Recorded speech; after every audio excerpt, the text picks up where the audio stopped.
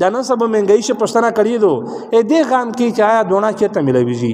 آیا غړي سوکا چیرته ملويږي زنه خو داسې اشتا قسم دو چې د کونډه یتیم حق وایي خوري او استعمالوي او غریب په نوم باندې روشي وایي قسم په خدای دا انسان باندې به وځي الله په وبسي مسلمانی کو دې ته نه وی اسلام دا مشته نه وی اسلام دا وی چې څه زون ته خوشوي مسلمان ته خوش کا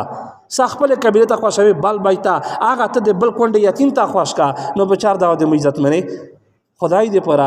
رسول په خاطر د الله په خاطر رټه مبارکه میاشت راونه دو دا عذابینه سړي زلزلې چې درول په د وطن مونږ دا زلزلې نه عذابینه ارسیب یا قدا انجام وي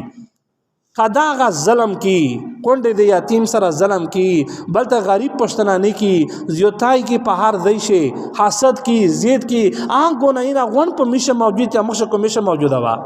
او رحم نشتا رحم اول په مشه بیا په بل شي خو پیسې طرف ته دولت طرف ته هر چا ذهن دا خو د کونډې د یتیم طرف ته چا سوچ نه کړی نو په چار دا